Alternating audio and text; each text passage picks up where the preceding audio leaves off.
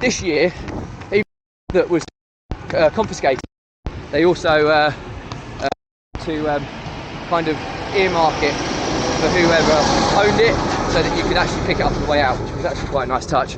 Usually they do confiscate it, so you'd lose whatever you spent on the alcohol. So it was to this.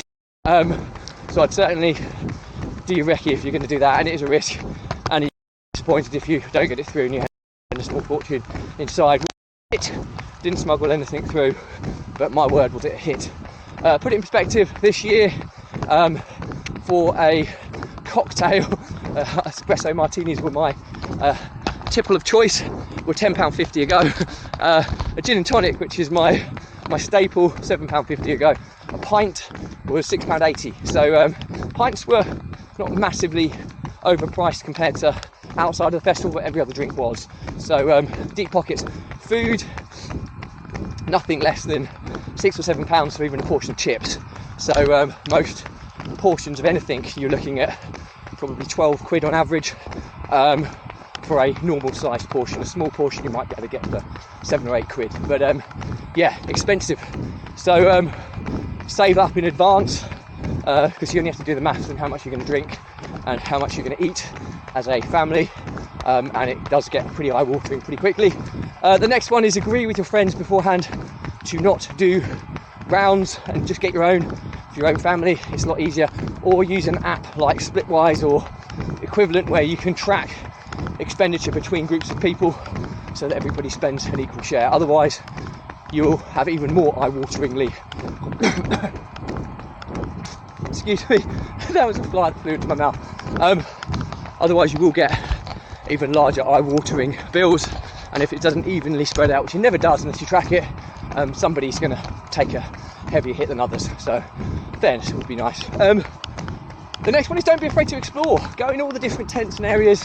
There's something for everyone, ranging from toddlers right the way through to the elderly, and everything in between, from spas, from dancing, from comedy, from arts, from theatre, from music, of all genres.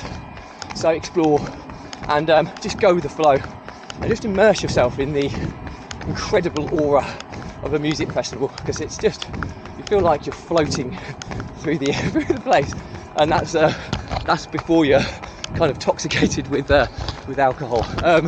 But anyway, what else would I say? Prepare for rain and sun. Sun cream would be essential. I didn't take any and I'm burnt to a cinder. A hat would be super important. Sunglasses, absolutely essential. Just make sure you've got sufficient weather to deal with the heat if that happens. Also, prepare for the rain and chilly evenings. It does get chilly when the sun goes down, so a hoodie or jumper, or like light kind of puffer jacket of some kind, is essential. I was going to take a dry robe. It would have been a bit overkill. It was quite bulky to carry, but I was envious of people that managed to bring their dry robes, because they looked really comfy and snug in the night time and first thing in the mornings. The other one is wellies or shortened wellies, which double up as boots, were an absolute winner this year.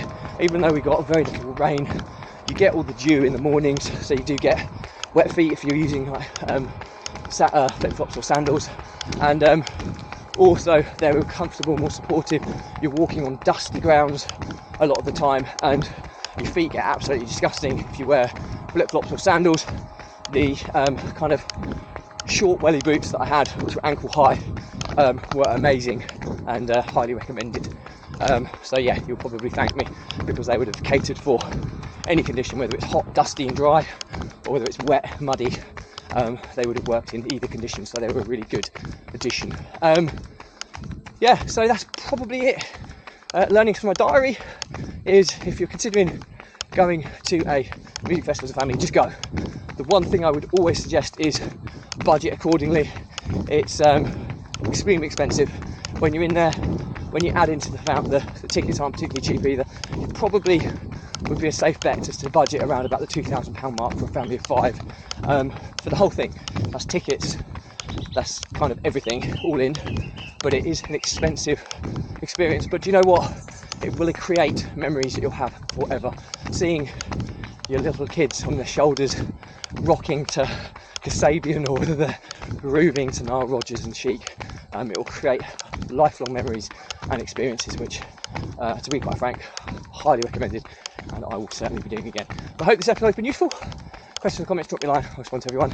Do though remember, if you believe in my mission of saving the lives of children by attempting the ultimate ultra marathon, run, blogging on consecutive days, the assistant for a lap of the world, barefoot style, and do give this a subscribe, share, like and comment. The more people we get in front of, the more money we raise, the more children's lives we save, which is why I do this every single day. Thank you as always. Stay positive, stay happy. I'll see you again tomorrow.